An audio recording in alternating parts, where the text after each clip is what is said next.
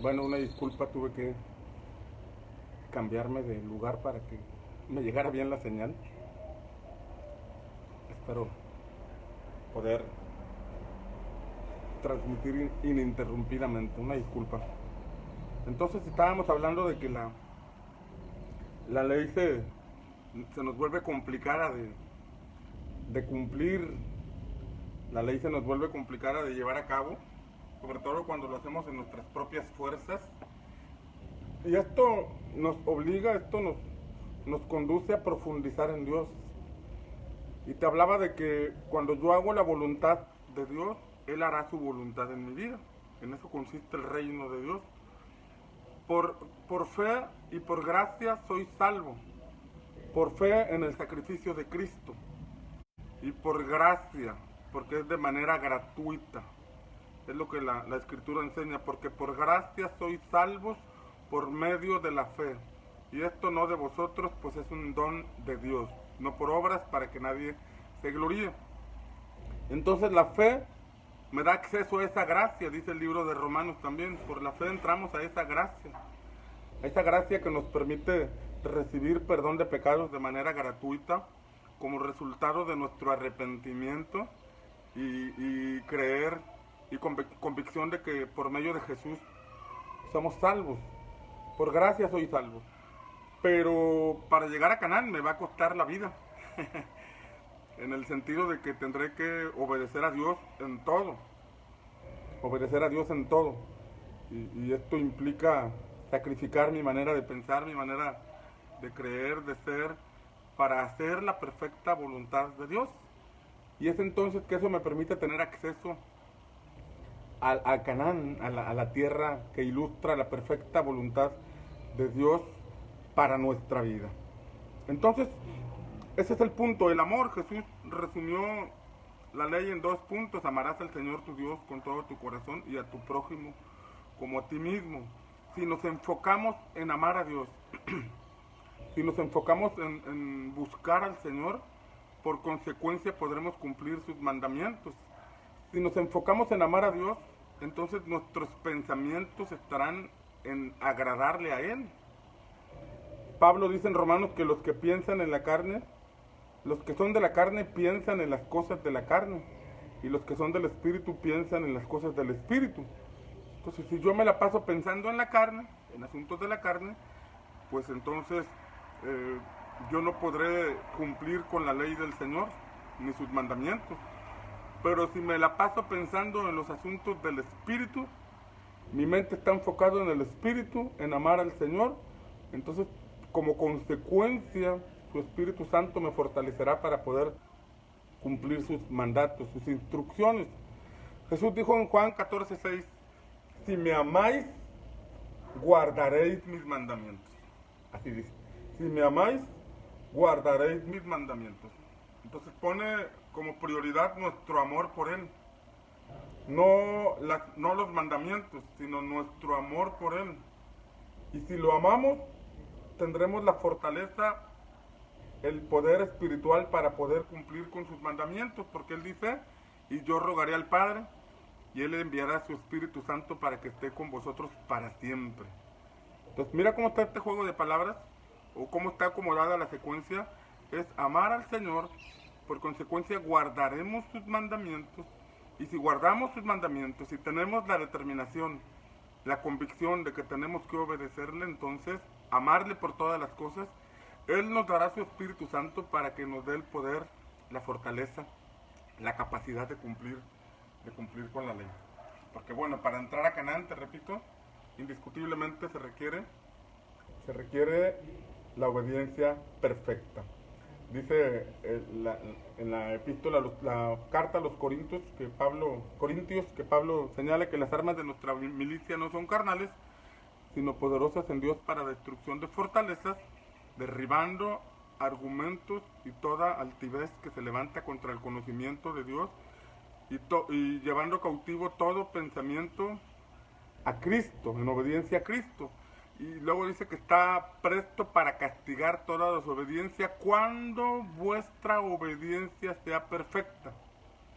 habla de que el Señor activa su poder, se manifiesta con poder para castigar toda desobediencia, para quitar toda desobediencia, cuando nuestra obediencia es perfecta. Habla de una perfecta obediencia, porque en esto consiste en que nosotros creamos que Él es Dios, porque si nosotros creemos que Él es Dios, indiscutiblemente necesitamos obedecerle en todo. Si hay algo en lo que yo pienso, tengo mi opinión, o yo considero que debe ser de otra forma, entonces ahí en ese punto yo quito al Señor como mi Dios, porque estoy haciendo mi propia voluntad, o mi propia percepción de las cosas. Pero cuando yo comprendo que a Dios hay que obedecerle, cuando yo comprendo que a Dios hay que seguir las instrucciones del Señor, entonces yo, sin discutir, buscaré fortaleza en el Señor, en el Espíritu Santo, para poder cumplir con lo que el Señor establece. Es ahí un rompimiento, ¿no? Es en el Sinaí un rompimiento de nuestra manera de pensar, un rompimiento de nuestras costumbres, un rompimiento de nuestros conceptos de vida, para poder asimilar, para poder recibir el estándar de vida del reino de Dios. De ahí se determina nuestro avance a Canaán. De ahí se determina nuestra entrada al propósito. Y te repito e insisto, ya la salvación es un hecho porque creímos en Jesús. Ya dejamos Egipto, ya no estamos esclavos del pecado, pero para llegar a Canaán se requiere una transformación en nuestra vida. Una transformación donde no sea lo que yo pienso, lo que yo creo, lo que yo considero, sino lo que el Señor establece en su palabra. Es ahí un cambio de mente, un cambio en nuestra manera de ver las cosas. Mi filtro de la vida puede estar muy limitado. Mi filtro de la vida puede estar afectado por mi contexto familiar, mi contexto en la relación con mis padres incluso, mi contexto religioso. Todo lo que he vivido ha dado una cierta formación a mi vida, y bajo esa formación tenemos filtros. Formamos filtros como interpretamos las cosas. Recuerdo una ocasión que estábamos, las damas estaban en un encuentro, y al estar en ese encuentro me mandaron un mensaje. Era una casa que rentábamos. Me mandaron un mensaje, la encargada del staff, para comunicarme que una puerta se les había cerrado con llave. Y me preguntó que si teníamos llaves, porque en ese cuarto tenían toda la utilería, todo lo que utilizaban para los encuentristas. Entonces yo le contesté que no tengo llaves. Y como a las 2 horas que me desocupé, llegué por ahí para ver en qué podía ayudar. Y entonces recuerdo que la encargada del staff ya me recibió, me preguntó y me dijo: oiga, pastor, ¿está enojado? Y yo le dije: no, hija, ¿por qué? Es que me contestó con el mensaje: no tengo llaves. Y yo le dije: a ver, ¿dónde están los signos de admiración? ¿Y por qué interpretaste el mensaje de esa forma? Yo te puse: no tengo llaves, pero tú dices que yo te contesté con el mensaje: no tengo llaves. Entonces a veces interpretamos los mensajes, las expresiones, e incluso las palabras. Incluso las palabras las interpretamos de acuerdo a nuestro filtro, a nuestro propio filtro. Por eso profundizar con Dios, profundizar en la vida espiritual, va a conducir a un desprendimiento de vendas espirituales que nos llevan a leer o a creer cosas que no tienen que ver con la esencia de las Escrituras. Como te decía antier, Mateo 5, Mateo 6, Jesús les dice a sus discípulos: oísteis que fue dicho, pero yo os digo. O sea, les dijo: a ustedes les han enseñado la ley así, pero yo les digo que no es así, sino que es de esta forma. Usábamos, por ejemplo, cuando el Señor dijo: oísteis que fue dicho, no matarás, pero yo os digo que cualquiera que se enoje contra su hermano ya es sujeto a juicio. ¿Por qué? Porque está expuesto a que ese enojo se convierta en algo mayor. Está expuesto a que ese enojo sea una puerta por medio de la cual la maldad empiece a infiltrarse a nuestro corazón. Jesús dijo que si con el solo hecho de codiciar a una mujer en el corazón, una mujer casada, ya estábamos adulterando, aunque físicamente no haya un contacto, aunque no hubiera un asunto de comunicación verbal, con el solo hecho de codiciar en el corazón, ya estábamos adulterando, porque es lo mismo, la maldad ya ha entrado a nuestro corazón y nos ha llevado a pensar cosas que no debemos. Entonces, es ahí donde el Señor nos dice, amarás al Señor tu Dios con todo tu corazón, con toda tu alma, con todas tus fuerzas. Si nos enfocamos en amar a Dios, si nos enfocamos en profundizar en nuestra relación con Él, podremos cumplir con todo lo demás. Que nuestro enfoque sea el amor a Dios. De ahí se resume todo. Posteriormente vemos en el libro de Josué, y ya entrando un poquito en temática, vemos en el libro de Josué que en el tiempo de Josué, cuando ya murieron los 600,000 hombres de a pie que no habían creído en la palabra del Señor, bueno, no fueron 600,000, fueron 599,998, porque hubo dos que sí creyeron, Josué y Caleb, pero todos los demás de 20 años para arriba murieron en el desierto por cuanto no creyeron en el Señor, no honraron al Señor. Pero ya cuando entró la generación de Josué, el Señor les dio unas indicaciones bien claras. Después de cruzar el Jordán, llegaron a Gilgal y el Señor les dijo, circuncida a este pueblo, porque este pueblo no había sido circuncidado. Era una generación que nació en el desierto, fue una generación que estuvo dándole vueltas a ese lugar. Fueron los hijos de los que salieron de Egipto y era necesario circuncidarlos porque la circuncisión era señal de pacto. Señal de pacto. Era una señal que el Señor le dijo a Abraham, que leemos en el libro de Génesis, que la circuncisión sería una señal de pacto. Dios le dijo a Abraham, yo te voy a bendecir a ti, mi pacto es que te voy a multiplicar, pero tu pacto conmigo es que vas a circuncidar a todo varón que nazca en tu casa. A todo niño de 8 días de nacido lo vas a circuncidar, porque esa será señal de pacto entre ustedes y yo. Ahora en Jeremías el Señor establece la circuncisión del corazón. Esa circuncisión donde nosotros quitamos todo aquello que pueda almacenar impureza. Quitamos todo aquello que pueda almacenar maldad en nuestro corazón. Nos volvemos transparentes con el Señor. No permitimos que ninguna contaminación se quede en nuestro corazón, porque la circuncisión física de los hombres, además de señal de pacto, era cortar el prepucio para que ahí no se almacenaran impurezas que pudieran contaminar la matriz de la mujer. Principalmente era la señal de pacto, pero de ahí sacamos la figura de que en el corazón necesitamos circuncidarlo para que no almacene impurezas, no almacene maldad, y nosotros cuidemos nuestro interior, cuidemos. Entonces en Josué capítulo 5 les dice, circuncida a todos los varones, circuncídalos. Y cuando fueron circuncidados, dice la palabra, que estuvieron ahí hasta que fueron sanados. No avanzaron hasta que fueron sanados. Fueron sanados de esa circuncisión. Entonces el Señor les dijo, hoy he quitado el oprobio de Egipto. Hoy les he quitado la vergüenza del pasado. Hoy les he quitado el oprobio de lo que vivieron en esclavitud, de lo que venían arrastrando. Hoy empieza una nueva vida. Entonces inmediatamente llegaron a Jericó. Y al llegar a Jericó, la Escritura nos muestra que el Señor le dio indicaciones específicas a Josué. Indicaciones específicas. Por ejemplo, les dijo, para conquistar Jericó, van a dar una vuelta diaria a toda la ciudad. Del primer al sexto día van a dar una vuelta diaria.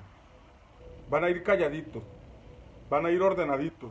Primero los hombres de guerra, después los sacerdotes con sus trompetas y el shofar, y después irá el resto del pueblo. Así van a ir ordenaditos, dándole vuelta a la ciudad de Jericó. Es una instrucción sencilla. Y como era un pueblo altamente entrenado para obedecer, así le hicieron. No encontramos que algunos dijeron, oigan, ¿y si yo doy 6 vueltas un día y aquí los espero? O si yo me voy por este lado izquierdo y me voy corriendo y aquí los espero. O si ustedes se adelantan y ya después yo los alcanzo en el camino. De pronto situaciones así pueden surgir que dan evidencia de que nuestra obediencia no es perfecta. Eso no ocurrió en aquel tiempo. Era un pueblo que sin redes sociales, que sin internet, que sin WhatsApp, que sin los medios que nosotros hoy tenemos, recibieron la instrucción y la llevaron a cabo tal y como estaba establecido. Tal y como el Señor le dijo a Josué. De esa manera. Imagínate, más de 500,000 personas, cerca de 1,000,000 de personas, o probablemente más de 1,000,000 de personas, sin recibir un WhatsApp, sin recibir un mensaje, ni un correo electrónico, ni con ningún altavoz, pero era un pueblo que estaba atento a la instrucción del Señor. Era un pueblo que por 40 años de estarle dando vueltas al desierto, comprendieron que a Dios hay que obedecerle. Comprendieron que estaban a la puerta de la oportunidad de su vida. Comprendieron que estaban a la antesala de lo que sería conquistar la promesa que Dios les había hecho por mucho tiempo, por generaciones, pero que no lo habían podido encontrar. En ese contexto, la atención era importantísima. Yo quiero imaginarme a Josué hablando y todos guardando silencio. Todos atentos. Porque entendían, estamos por salir de 40 años de una rutina de muerte. Estamos por salir de este desierto donde no tenemos tierra propia. Estamos por entrar al descanso que Dios tiene para nuestra vida. Estamos por entrar a la promesa que el Padre le hizo a Abraham, que por generaciones han estado esperando. Esta gente estaba entendida en lo que necesitaban saber y hacer, por eso estaban atentos, escuchando con atención, y por eso ese mensaje. Y había entre las instrucciones, hay un departamento en el muro que tiene, un departamento, hay una casa en el muro que tiene un cordón rojo. Esta casa que tiene el cordón rojo, van a respetarla y no van a matar a nadie de allí. Era donde estaba Rahab, la mujer que creyó en el Señor e hizo pacto con ellos para guardarlos. Y ya viene la agüita. Entonces, el pueblo necesitaba estar atento, atento a la instrucción, atento para hacer las cosas como les estaban diciendo y sobre todo hacer las cosas como les estaban diciendo. Nos dijeron, es una vuelta cada día, vamos a dar una vuelta cada día. Nos dijeron, vamos por la derecha, vámonos por la derecha. Nos dijeron, van primero los hombres de guerra, luego los sacerdotes, luego nosotros, así nos vamos. Es una vuelta diaria durante 6 días. Y al 7º día necesitarían dar 7 vueltas. Y después de 7 vueltas iban a tocar el shofar, iban a gritar. Y después de gritar los muros iban a caer. Y entonces iban a entrar derecho y hacia adelante para conquistar esa primera ciudad que el Señor les estaba entregando. Pero ahí vemos una obediencia completa. Una obediencia sin restricciones, una obediencia sin anteponer nada. Y sabes que hay muchos argumentos que se levantan en nuestra mente que a veces no sabemos que los llevamos. No sabemos que están presentes y son los que nos estorban. Por ejemplo, en el libro de Josué, en el libro de Éxodo, Levítico, Números y Deuteronomio estaba la figura de Moisés y estaba la figura de Aarón. Había 2 personajes con autoridad de parte de Dios para dirigir al pueblo. Pero hubo tanta complicación de parte del pueblo para seguir las instrucciones. Hubo tanto argumento que salió, hubo tanta palabra de murmuración que salieron contra Moisés y Aarón por cuestión de las instrucciones, cuando eran instrucciones de parte de Dios. Eso nos enseña que lo que ellos venían cargando era un asunto emocional, un asunto incluso espiritual, porque era un asunto de rebelión contra la autoridad. Sabes que cuando venimos cargando una situación con los padres, una situación que no arreglamos con nuestros padres, eso viene y después se proyecta, lo que los psicólogos llaman proyección. ¿Cuál es la proyección? Cuando yo tengo un problema con una autoridad, yo me estoy proyectando. La autoridad puede cometer un error, la autoridad puede tal vez decir algo que no está claro, pero cuando una persona habla, murmura o critica o señala, ahí se está proyectando que tiene un problema. O a veces no puede murmurar ni hablar, pero el hecho de no seguir las instrucciones está proyectando un asunto que lo limita con la autoridad. Es verdad que hay personas que han ejercido mal la autoridad. Es verdad que hay personas que han hecho uso incorrecto de la autoridad. Pero es por eso que el Señor nos tiene que sanar. Tiene que sanar el corazón. Porque si no sanamos el corazón, esos argumentos que están en nuestra mente se pueden anteponer. Y a veces de manera inconsciente contradecimos las cosas. O sea, si les dijeron, hay que dar una vuelta a Jericó por la derecha, yo lo voy a dar por la izquierda, se me hace más fácil, más rápido, y se me hace menos complicado que ir con todo el resto del pueblo. Entonces, aunque pareciera algo que no tiene nada de malo, ahí está la tendencia a su propia voluntad. Y a veces hacemos cosas que aparentemente no son malas, porque nos hemos acostumbrado a hacer las cosas a nuestra manera. Nos hemos acostumbrado a hacer las cosas de acuerdo a nuestra propia voluntad. Y en la reprogramación, donde el Señor nos quiere enseñar a hacer su voluntad perfecta, nos pone bajo el cuidado de personas que nos van a instruir, que nos van a aconsejar, que nos van a llevar. Y no somos personas perfectas. No somos personas, no somos ángeles. Somos personas que estamos expuestos a que nuestros mensajes sean malinterpretados como el mensaje de texto que mandé, o estamos expuestos a que en algún momento de ira o molestia aflore parte de nuestra debilidad. A veces podemos mostrar algo que no quisiéramos mostrar. No estoy hablando de pecado, sino estoy hablando de grietas de carácter, porque en realidad quienes servimos al Señor tenemos la encomienda, la responsabilidad de ser ejemplo y no practicar el pecado, porque entonces eso denigra nuestro llamado y entorpece nuestro testimonio y la fe de la gente. Es de tropiezo a la fe de la gente, porque la fe debe estar en el Señor, pero quienes servimos, si somos de tropiezo por nuestras malas conductas, bueno, es un asunto con Dios. El punto es que cuando traemos una bronca, traemos un problema con la figura de autoridad, eso siempre se hará evidente. Y no importa la edad que tengas, puedes tener 70, 60, 80 años y aún seguir dando muestras, proyectando que tienes un problema con la autoridad. Porque no dejas de hablar de la autoridad, no dejas de hablar de una persona, y eso solamente revela un problema en tu vida. Un problema que tiene que ser resuelto y sanado para poder entrar a la tierra de Canaán. En la época de Josué, como vemos, pues no se presentó ese caso de que yo por acá y ustedes por allá, o no se presentó el caso de que doy 6 vueltas un día y luego ya me espera que ustedes los demás días den una vuelta, sino que era un asunto de ordenamiento.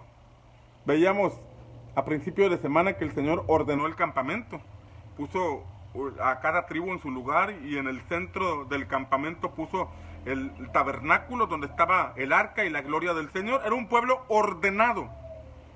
Por eso cuando llegaron a Canaán, entraron y caminaron de manera ordenada.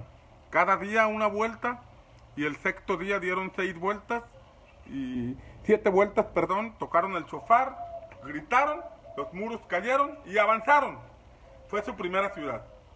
Fue tiempo de recoger el botín. Fue tiempo de conquistar la primera de muchas ciudades. La primera que sería entregada al Señor por completo, porque allí estaba la figura de la primicia. El Señor les dijo, no toquen nada de ahí. Todo lo que es el anatema, destrúyanlo. Todo lo que esté bajo maldición o cause maldición, destrúyanlo, no toquen nada. Y dice, y todo el oro y la plata y el bronce, eso será para el Señor, será para el templo, será para el tabernáculo, será para el servicio del Señor. No toquen nada. Ahí el Señor, en la primera ciudad que les estaba dando, les está mostrando la figura de la primicia de las cosechas de grano, de trigo, en este caso la primicia de las conquistas. Todo sería dado para el Señor. Había mucho territorio que conquistar, había muchas ciudades que conquistarían, pero debían entrar con honra a Dios, dándole la primera ciudad. Entonces, todo parecía normal, todo sucedió según lo planeado, y era fiesta, era celebración, todo era júbilo. Estaban ya entrando a la etapa de la tierra prometida, y al siguiente día, o los siguientes días, iban por la siguiente ciudad, un lugar llamado Hai. Ahí, así, H-A-I, Ai. O sea, fueron por ahí. y ese lugar ante los ojos de Josué y los generales dijeron, pues ese es pan comido, es un pequeño pueblo, no necesitamos enviar muchos soldados, porque ese lugar es pequeño, mandemos unos cuantos soldados, un pelotón de soldados, una cantidad simbólica, porque ese lugar es sencillo. Y dice la palabra que fueron estos hombres a conquistar esa pequeña ciudad y salieron huyendo, salieron corriendo, salieron por pierna, como dicen por ahí. Y llegaron y contaron lo sucedido, y Josué y los ancianos rasgaron sus vestiduras, se pusieron polvo en la cabeza, se humillaron delante de Dios y estaban diciéndole, Señor, ¿por qué nos hiciste huir? ¿Por qué salimos avergonzados de esa ciudad, Señor? ¿Por qué nos ocurrió esto delante de nuestros adversarios? ¿Por qué? Y estaban llorando. Y estaban humillados, postrados delante de Dios. Y el Señor viene y le dice, ¿por qué lloras? Levántate, ponte de pie. Israel ha pecado. Israel ha transgredido la instrucción que yo les di. Esto no se va a arreglar con lágrimas. Esto no se va a arreglar llorando. Ustedes deben saber que yo les pido completa obediencia si quieren entrar a Canaán, pero por cuanto desobedecieron, entonces yo ya no estoy con ustedes. Háganle como pueden, yo ya no estoy con ustedes. Ahí no es un asunto de sentimentalismos. En el reino de Dios es un asunto de convicciones.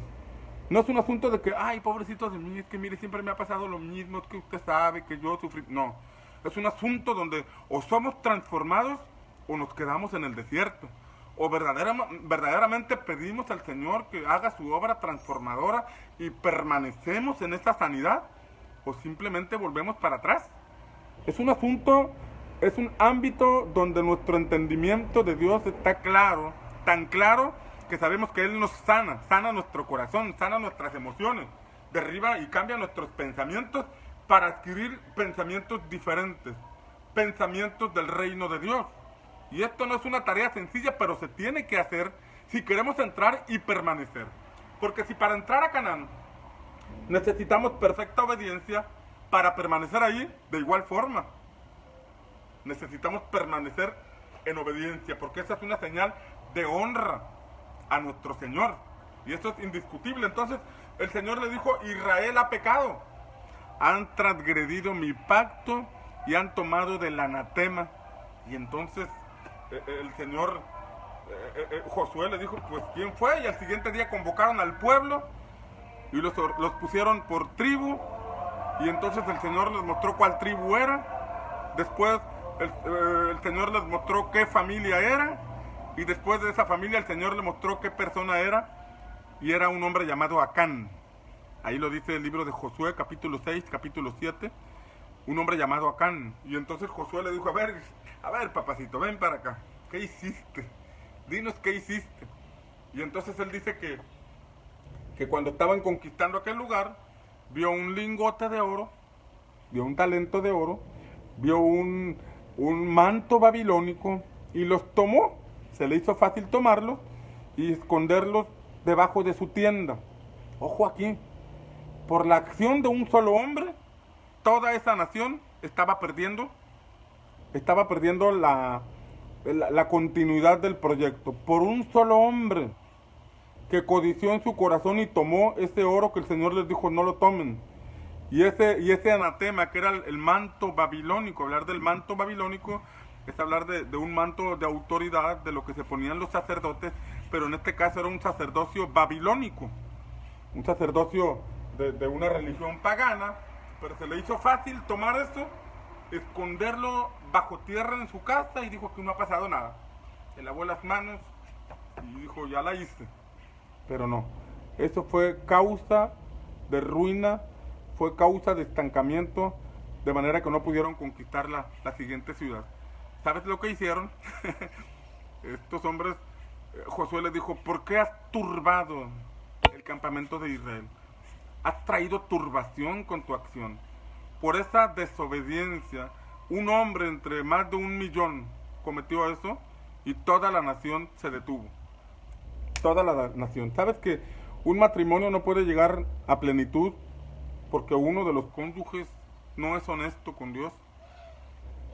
El cónyuge que busca al Señor puede gozar de la paz de Dios, puede gozar del gozo del Señor, pero su matrimonio no llega a plenitud porque uno de los dos da lugares a cosas que no son correctas, las esconde debajo de su tienda, las esconde en lo profundo del corazón.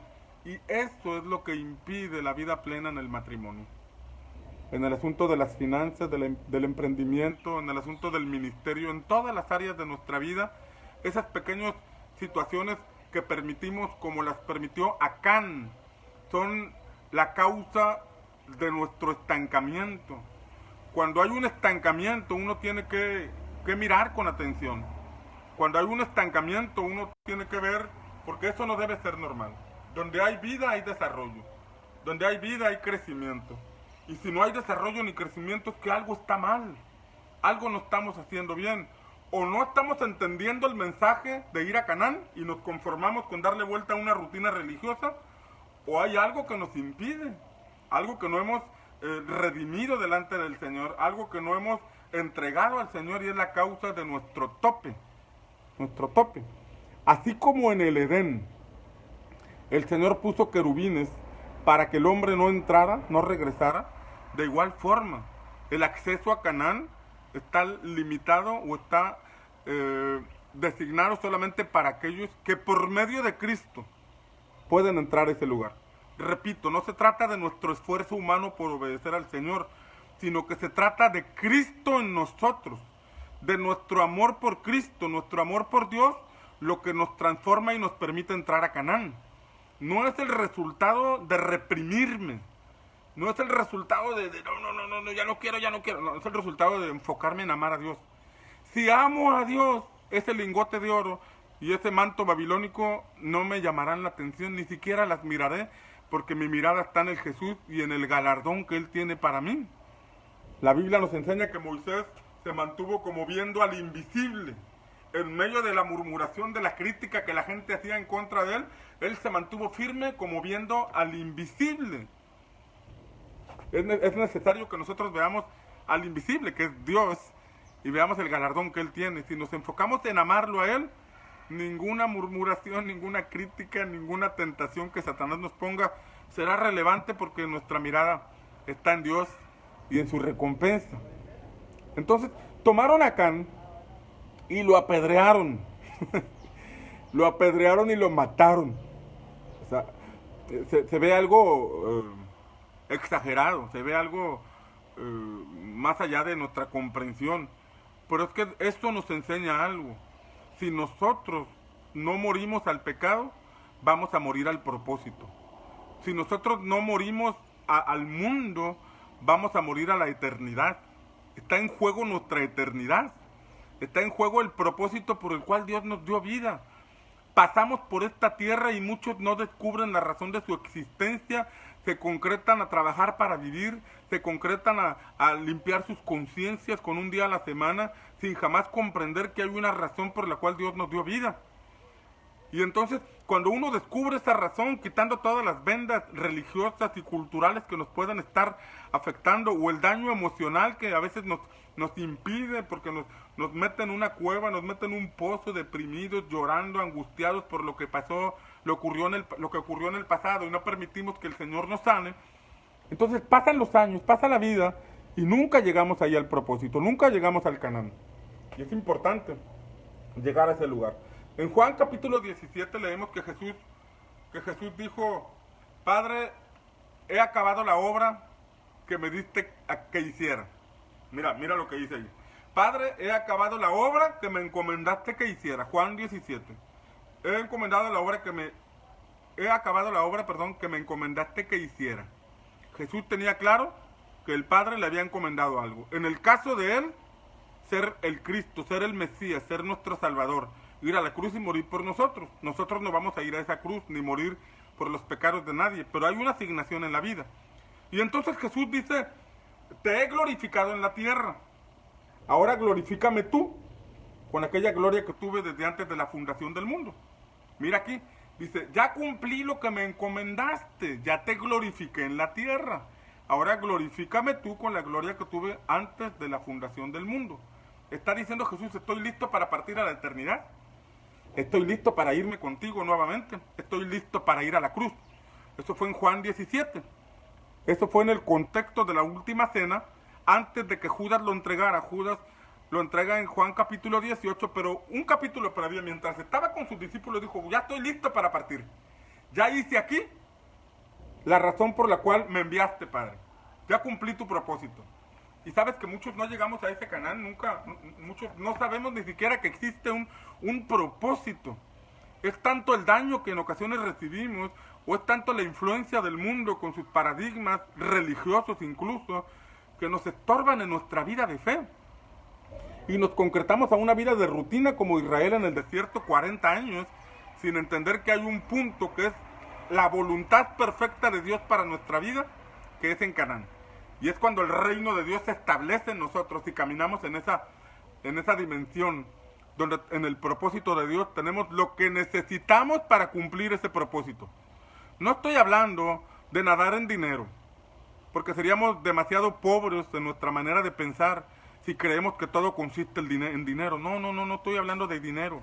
En ocasiones Jesús no tenía para comprar alimento, pero como estaba en el propósito, tomó los 5 panes y los 2 peces y los multiplicó para que comieran todos.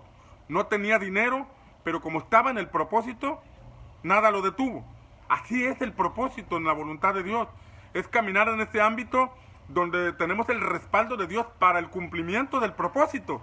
Y obviamente cuando estás cumpliendo el propósito, te aseguras de que tu familia y los que están contigo sean beneficiados, sean bendecidos por caminar en el propósito. No estoy diciendo de que tengas que ser pastor, apóstol, profeta, evangelista, no, porque a cada uno de nosotros se nos dio una asignación en la vida. Y algún día nos va a tocar como Jesús y decir, bueno, Señor, ya cumplí lo que me mandaste, ya hice en la tierra, ya cumplí la razón de mi existencia, ya te glorifiqué en esta tierra, ahora estoy listo para partir a la eternidad y hacerlo en paz como lo hizo el Señor. Bueno, no te estoy mandando todavía a la eternidad, pero mi interés en esta mañana es enfocarte a la perfecta voluntad del Padre, a la perfecta voluntad de Dios. Y mientras nosotros nos seamos transformados, siempre la serpiente encontrará una rendija en nuestra mente para seducirnos, para detenernos, para desenfocarnos. Y si nosotros no entendemos esa dinámica, porque Satanás trabaja por estrategias, Satanás trabaja por ciclos. Es decir, como él ya sabe de qué pie cojeamos, como él ya sabe cuál es la obra de la carne que nos hace caer, porque la Escritura habla de las obras de la carne, entre ellos están, por ejemplo, están las áreas sexuales, adulterio, fornicación, inmundicia, lascivia, las áreas sexuales, pero también están las áreas donde dice la Escritura, menciona en Gálatas 6, menciona la hechicería y la idolatría. Y la hechicería no solamente son los monitos de vudú que tu suegra te ponía para que te portaras bien. No solamente son esas cosas, brujos, donde una persona va con Doña Brujinia o con la bruja del 71, sino que hechicería tiene que ver con manipulación. Y hay personas que tienen la tendencia a manipular. Y cuando hay alguien que tiene la tendencia a manipular, siempre querrá que las cosas se hagan como ella dice. Y entonces cuando la persona ve que no se hacen las cosas como ella dice, va a tratar de grillar, como dicen por ahí, va a tratar de mover las cosas, hablar aquí y hablar allá para que la gente haga lo que ella quiere que se haga. Hay gente que tiene esa tendencia. Entonces cuando alguien tiene esa obra de la carne, siempre la serpiente va a saber que por ahí es la parte donde la puede volver a atrapar. La idolatría, bueno, la mayoría sabemos, o los que leemos la Escritura sabemos que las imágenes y los ídolos no las debemos orar, adorar, ni venerar, ni crear, ni tener, porque claramente dice que detrás de las imágenes hay demonios. Entonces, ya los que leemos la palabra sabemos que eso no se tiene que hacer, pero a veces está la idolatría del corazón, porque en Ezequiel habla cómo el Señor confronta al pueblo de Israel porque tenían ídolos en el corazón. No ídolos de piedra, ni de madera, ni de pintura, sino ídolos en el corazón, cuando llegamos a idolatrar a la gente. O cuando nos llegamos a autoidolatrar. Hacemos de nosotros un becerro de oro, o un mamut, según sea el caso. Entonces, cuando hacemos de nosotros, nos envanecemos. Tenemos la tendencia a envanecernos, que nos gusta, que nos reconozcan, que nos gustan, que ministramos, que somos personas, wow, Y esa tendencia, cuando Satanás sabe que está esa grieta, esa debilidad en nuestra vida, siempre mandará a alguien a adularnos. Siempre mandará a alguien a elevar nuestra autoestima, como ocurrió con Pablo. La Biblia enseña en Hechos capítulo 16 que Pablo llegó a cierto lugar con Silas, si no me equivoco. Pablo y Silas llegaron a cierto lugar y salió una mujer que tenía espíritu de adivinación. Y esta mujer les seguía. Y dice la palabra que esta mujer decía: estos son siervos del Dios Altísimo que han venido a hablarnos del camino de Dios. Eso que esta mujer decía era verdad. Esto que esta mujer decía no era mentira. Pablo y Silas eran siervos del Dios Altísimo que anunciaban el camino de Dios. Esa era una verdad. El punto es que esta mujer tenía un espíritu de adivinación, un espíritu de pitonisa, que daba grande ganancia a sus amos. Esta mujer era una adivina, era una caja que contenía un espíritu de adivinación, y en ese contexto me lo imagino en primera fila a todo lo que Pablo decía. Ella decía: amén, amén, amén. Gloria a Dios, hombres, pónganse de pie porque Él es el siervo de Dios. Y adulando o provocando que la gente adulara a Pablo. Y dice la escritura que después de muchos días, Pablo reprendió ese espíritu y lo echó fuera. Pero claramente dice que después de muchos días. O sea que ese espíritu que venía en la mujer se infiltró en las reuniones de Pablo y adulaba a esta mujer a Pablo, buscando este espíritu de pitonista, estaba tratando de envanecer a Pablo, estaba tratando de levantar el ego de Pablo, para que Pablo dejara de honrar a Dios y sucumbiera ante los halagos de la gente.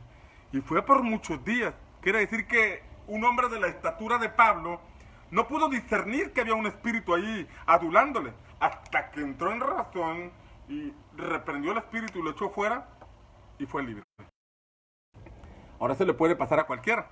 Entonces, cuando Satanás sabe el área donde tú tienes tropiezo, porque además de eso están las áreas de los celos, de las envidias, de las contiendas, de las disensiones.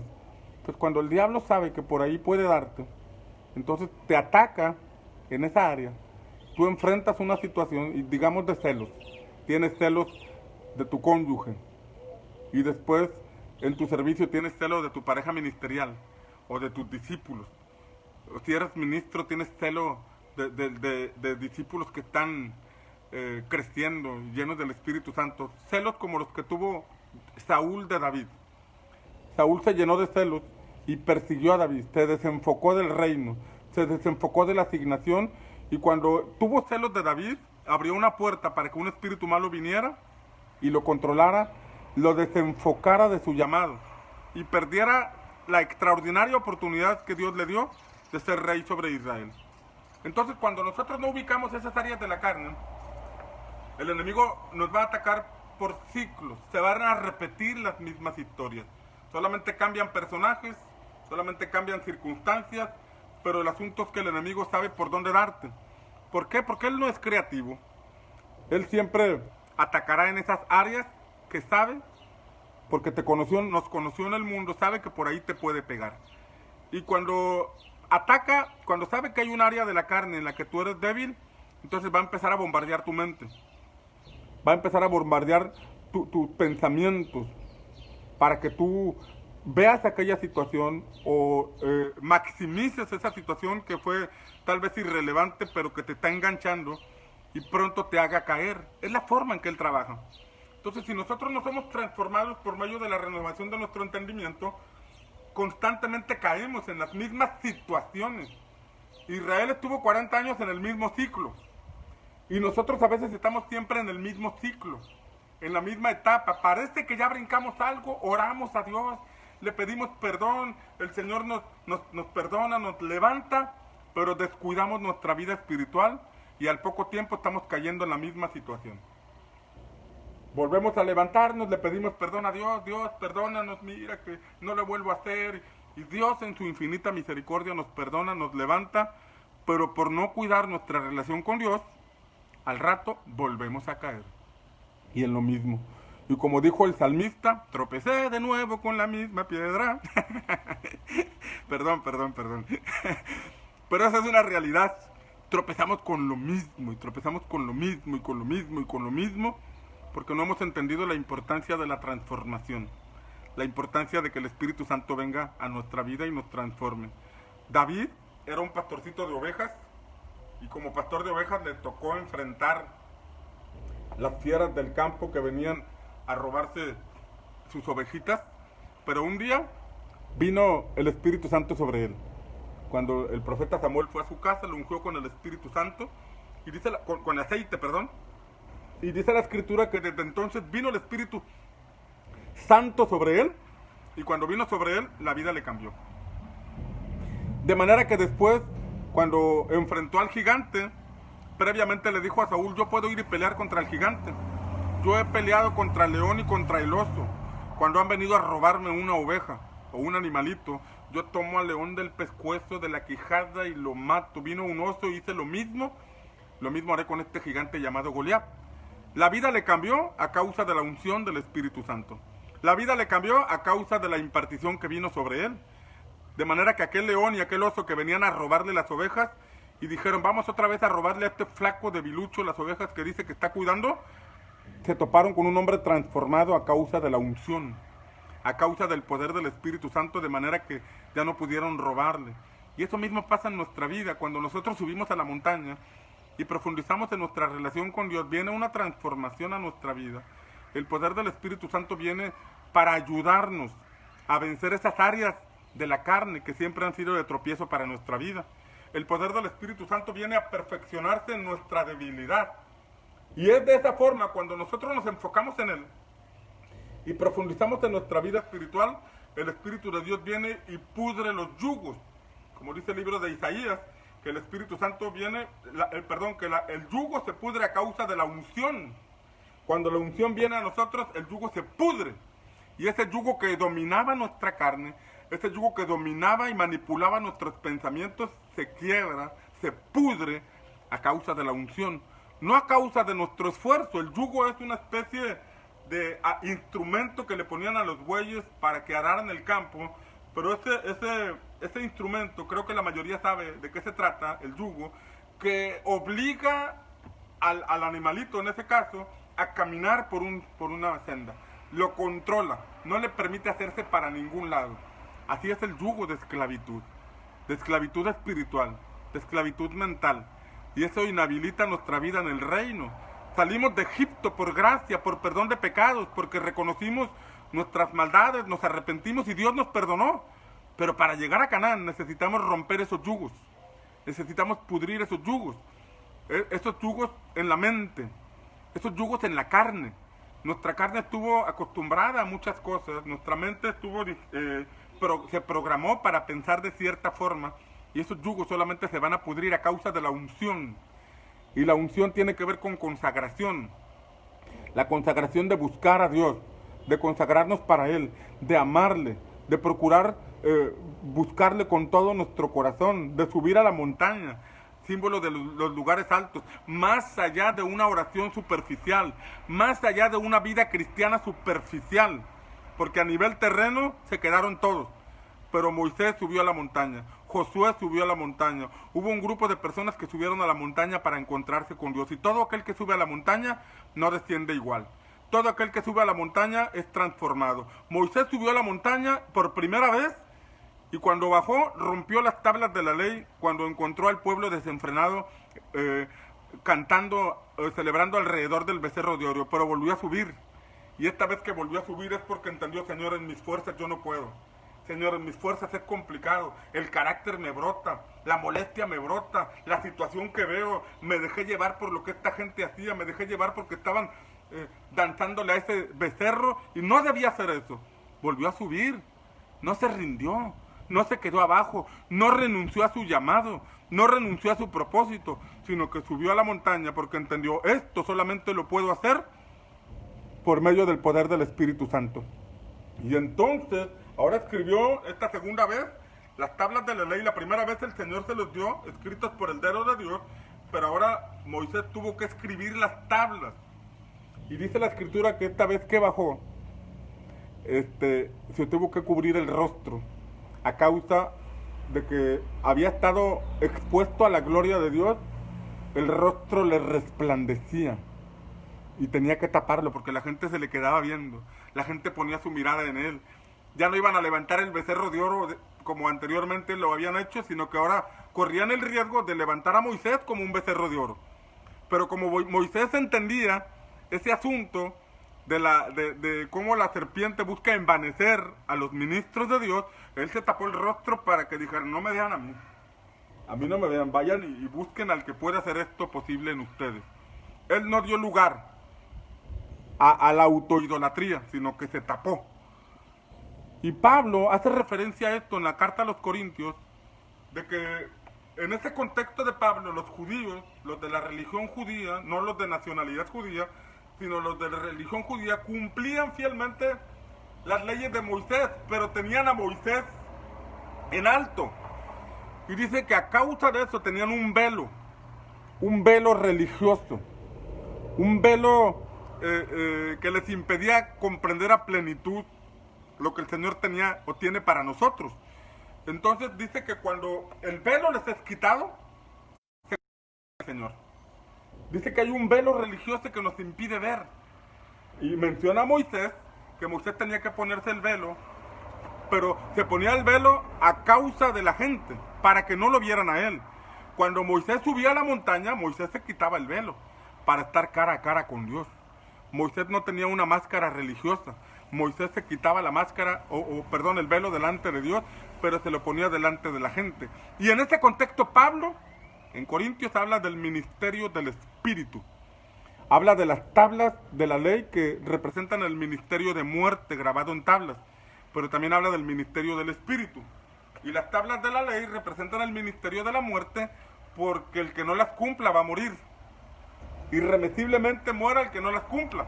Es el ministerio de muerte. Pero el ministerio de vida, es el ministerio del Espíritu, nos permite cumplir esa ley. Si yo me enfoco en cumplir la ley, si yo me enfoco en la teología, si yo me enfoco en el conocimiento, si yo me enfoco en la profundidad solamente de la palabra, voy a llegar a la conclusión de que, bueno, esto no puedo. Tal vez tanto conocimiento me puede envanecer, pero si yo busco al Espíritu Santo, si yo profundizo mi vida en el Señor, entonces no solamente podré cumplir la ley, sino que podré entrar a Canaán. La ley la cumpliré como consecuencia de la fortaleza espiritual que está en mi vida, como resultado de buscar a Dios. Buscar primero su reino y después buscaré su justicia. Buscaré primero su rostro y Él me fortalecerá para hacer lo demás. Ese es el orden de prioridades que debemos tener, establecer en nuestra vida si queremos entrar a Canaán. Amados, el Canaán espiritual es una realidad. Las promesas de Dios son verdad. Las promesas de Dios, las promesas eternas de Dios para nuestra vida aquí en la tierra son una realidad, pero están reservadas para los que le aman. Por eso dice el apóstol Pablo que hay cosas que ojo no vio, ni oído oyó, ni han subido al corazón del hombre, son las que Dios ha preparado para los que le aman. Si nosotros amamos a Dios, esas cosas las vamos a ver. Si nosotros amamos a Dios, esas cosas las vamos a alcanzar. Y no me refiero solamente a las que están en la eternidad, porque ahí Pablo dice, y estas nos han sido reveladas por medio de su Espíritu. Ese Canaán es tipología de lo que el Señor tiene para nosotros, pero es revelado por medio del Espíritu. Si tú me preguntas, pastor, ¿cuál es la visión de Dios para mi vida? Pues no sé cuál sea la visión de Dios para tu vida, pero si buscas a Dios, Él te la va a revelar. Y pastor, ya sé cuál es la visión de Dios para mi vida, ¿ahora cómo la alcanzo? Yo no sé cómo la puedas alcanzar, pero si buscas a Dios, Él te va a ayudar para alcanzar esa visión. Mi función es compartirte la palabra, mi función es orar por ti, mi función debe ser un aguador, de darte agua en el camino y recordarte las promesas del Señor. Mi función es impartir a tu espíritu una palabra que fortalezca tu fe, que te enfoque en la fe, que te enfoque en la carrera que tienes por delante. Yo no puedo hacer más que eso, el aportar a tu vida espiritual por medio de la palabra del Señor. Pero en ti está la responsabilidad de llegar a Canaán. Ni el diablo puede detenerte cuando tú comprendes que en Dios tienes la victoria. Ojo aquí, Porque a veces argumentamos que es el diablo. Y es que el diablo, y es que el diablo. Y nos pasa como aquella viejita que decía, mugre diablo joto. Imagínate echarle la culpa al diablo, pero expresándose de esa forma. Y a veces le echamos la culpa al diablo, y al diablo es que si no fuera por el diablo, y es que el diablo. O le echamos la culpa a la gente. Y empezamos a decir, es que la gente, y es que hablan, y es que me dicen, si la gente me entendiera, si mis papás me creyeran, si mi cónyuge entendiera. Y le echamos la culpa a la gente. Pero mira, tres aspectos de nuestra relación con el Espíritu. Ojo aquí, tres aspectos, porque a veces te digo, le echamos la culpa al diablo o le echamos la culpa a la gente. Pero estos tres aspectos del Espíritu Santo deben ayudarnos para romper esos paradigmas, porque a veces son paradigmas que nos detienen. Pensamientos bien arraigados que los aceptamos y entonces eso inhabilita mi fe. Es que si yo tuviera dinero, es que si el diablo no se interpusiera, es que si la gente creyera, y empezamos a argumentar. Pero esos argumentos tienen que ser derribados. Porque mira lo que hace el Espíritu. Dice que el Espíritu Santo convence de pecado. Esa es la primera obra. Convencernos de pecado. Y eso es lo primero que nosotros debemos recibir del Espíritu Santo, que nos convenza de pecado para conducirnos a Cristo y recibir perdón de pecados. Ahí comienza el camino. Pero también convence de justicia. Convence de justicia. Y hablar de justicia es, te explicaba antier, que la justicia de Dios se manifiesta para salvación, no para condenación. El Señor nos dio su ley para que nos mantuviéramos en el camino de la salvación, no para llenarnos de miedo. El propósito de la ley no es uno no debe buscar a Dios por miedo a irse al infierno. Uno no debe caminar en base al temor. Uno no debe decir, es que si no busco me voy a morir. No. Ese no es el enfoque. El enfoque es amar a Dios. Debo amar a Dios por sobre todas las cosas, porque en Él está la verdadera vida. Debo llenarme de su amor. Si me lleno de su amor, no necesito del amor de nadie más. Obviamente, el amor de nuestro cónyuge llena unas áreas de nuestra vida, el amor de nuestros hijos llena unas áreas de nuestra vida, pero cuando nuestro cónyuge o nuestros hijos no nos dan esa clase de amor, el amor de Dios nos llena todo. El amor de Dios suple cubre multitud de faltas, cubre todo lo que necesitamos. El punto es que la justicia, cuando hablamos que nos convence de justicia, nos habla de que nos convence de cumplir todo lo establecido por Dios para ser obedecido por los hombres. Porque Jesús dijo, porque yo iré al Padre, los convencerá de justicia, porque yo iré al Padre y no los veré más. Es cuando en nuestra vida diaria, como tenemos una comunión con el Espíritu Santo, Él nos alerta de no hacer cosas que no tenemos que hacer. Él endereza nuestra... Enfocamos en buscarle a Él y el Espíritu Santo se mantiene real en nuestra vida. Cada vez que aparece el tentador para tratar de jalarnos, el Espíritu Santo nos convence, hey, no es por ahí. Tu pastor no te está viendo, tu cónyuge no te está viendo, tus padres no te están viendo, pero el Espíritu Santo te acompaña y te dice, hey, no hagas eso. El camino no es por ahí. Detente, no lo hagas. Cuando estás a punto de abrir esa página que no tienes que abrir, el Espíritu Santo te dice, no lo hagas. Cuando estás a punto de cometer un error o cometer un pecado, el Espíritu Santo te dice, no lo hagas. No te va a obligar, pero está contigo para convencerte de que no lo hagas, de que te vayas derechito por el camino. Porque si te vas derechito por el camino, vas a llegar a tu Canaán. El Espíritu Santo te va a recordar las palabras de Jesús. Por eso necesitamos profundizar en la vida en el Espíritu, porque Él es quien nos convence de justicia. Vas a la reunión el domingo, pero todo el resto de la semana hay alguien que te acompaña y te está convenciendo de justicia, de que hagas todo lo obedecido, todo lo establecido por Dios para ser obedecido por los hombres. Nuestra comunión con Él es importantísima. Si nosotros hacemos caso omiso al Espíritu Santo, entonces nos quedamos en el desierto, ni siquiera llegamos al Sinaí. Porque solamente hemos salido de Egipto. Hemos dejado el pecado, pero no hemos sido convencidos de justicia. Y en ese ámbito es cuando hay algunos que abusan de la gracia de Dios. Porque dicen, bueno, Dios me perdona todo, no pasa nada, Dios me perdona, y Dios me perdona. Y entonces siguen con las mismas costumbres de antes, solamente cambiaron de religión. Siguen con las mismas costumbres de antes, con los mismos hábitos, y no logran avanzar por esta situación que no han permitido que el Espíritu Santo perfeccione en ellos. Este desafío lo tenemos todos. mantenernos en la justicia de Dios, todos, porque todos estamos en la cuerda floja. Dice el apóstol Pablo, el que dice que está firme, mire que no caiga. Pastores, hemos tropezado, pastores, estamos en riesgo de caer. Ministros, estamos en riesgo de quedarnos estancados en el camino por aspectos como estos. Esta es la segunda parte de nuestra comunión con el Espíritu Santo. Él nos convence de justicia, nos convence de amar a Dios por sobre todas las cosas. Pero entonces cuando somos convencidos de justicia viene el tercer aspecto, que Él nos convence de juicio. Ojo aquí, nos convence de pecado, de justicia y de juicio. Y Jesús dice que nos convence de juicio por cuanto el príncipe de este mundo ya ha sido juzgado. Hay una versión que dice por cuanto el príncipe de este mundo ya ha sido condenado. Ojo aquí, en la eternidad el diablo ya fue juzgado, fue condenado y fue echado al lago de fuego. En la eternidad. Pero nosotros estamos en el tiempo cronos. Estamos todavía avanzando hacia el cumplimiento de lo que en la eternidad ya se cumplió. Satanás fue echado del cielo y en su caída al lago de fuego está pasando nuestro tiempo cronos y estamos por ver el cumplimiento de eso. Pero allá ya se cumplió. Y este es el punto donde el Espíritu Santo nos revela que no hay diablo que nos detenga para cumplir nuestro propósito. No hay diablo que nos detenga si nos enfocamos en buscar la voluntad de Dios. Entonces cuando decimos que el diablo no nos deja, que el diablo nos impide, que mugre diablo que siempre nos hace caer, bueno, él nos hace caer y tropezar cuando le damos demasiada importancia a sus ofrecimientos y a sus tentaciones. Por eso la ley se resume en amar a Dios.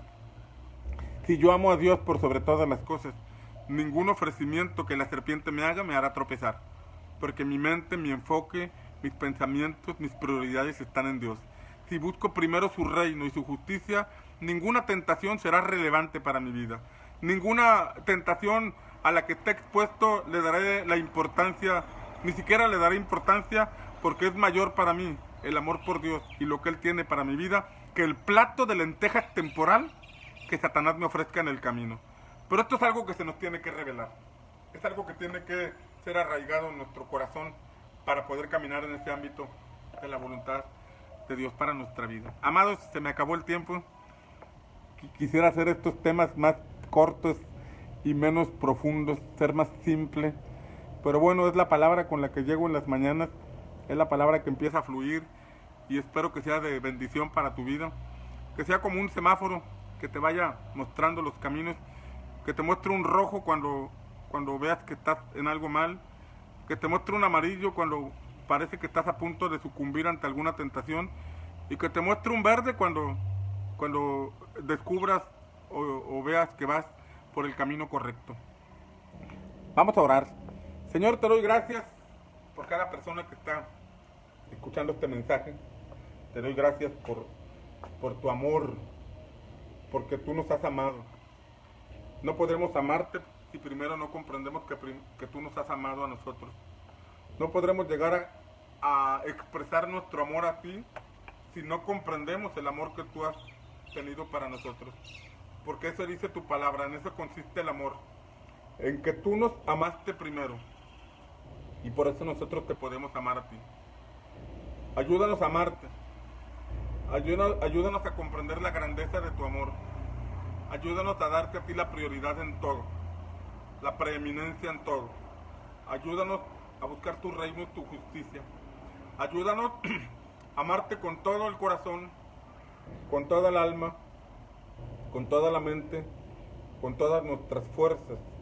Ayúdanos a amarte con el espíritu, amarte con los pensamientos, amarte con nuestras emociones y amarte con nuestras conductas, a manifestar nuestro amor con todas nuestras fuerzas. Ayúdanos, Señor.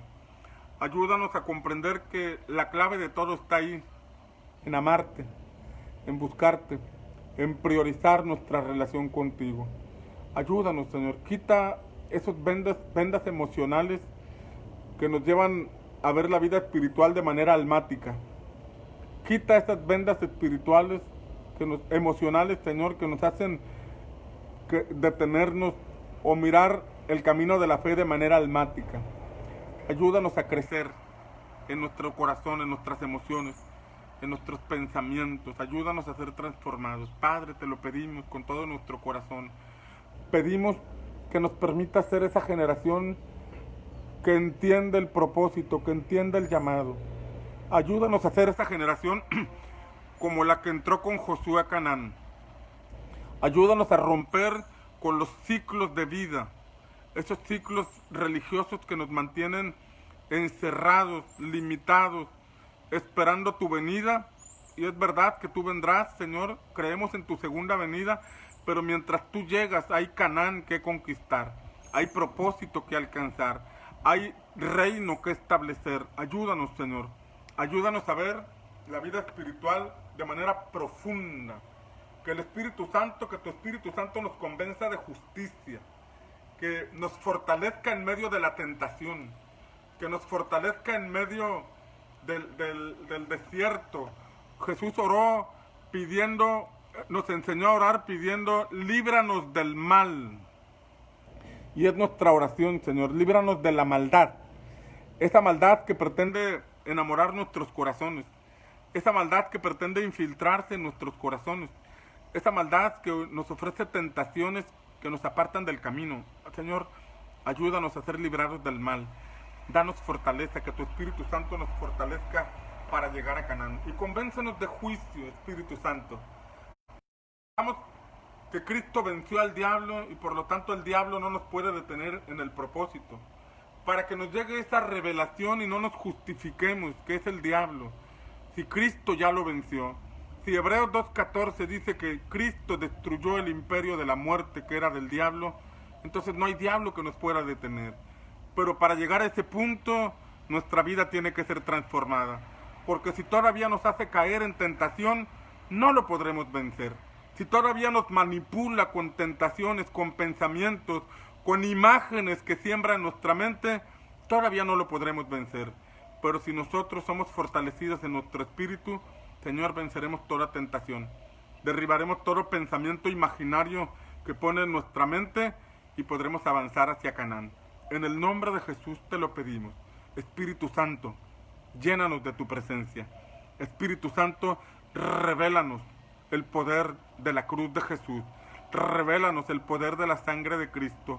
Revélanos, Señor, que ese sacrificio de Cristo es nuestra salida de Canaán. Es nuestra transformación en el desierto, es nuestra salida de Egipto, nuestra transformación en el desierto, nuestra que si nos concretamos a amar a Dios por sobre todas las cosas, no solamente saldremos de Egipto, no solamente seremos transformados, sino que entraremos a Canaán y permaneceremos ahí.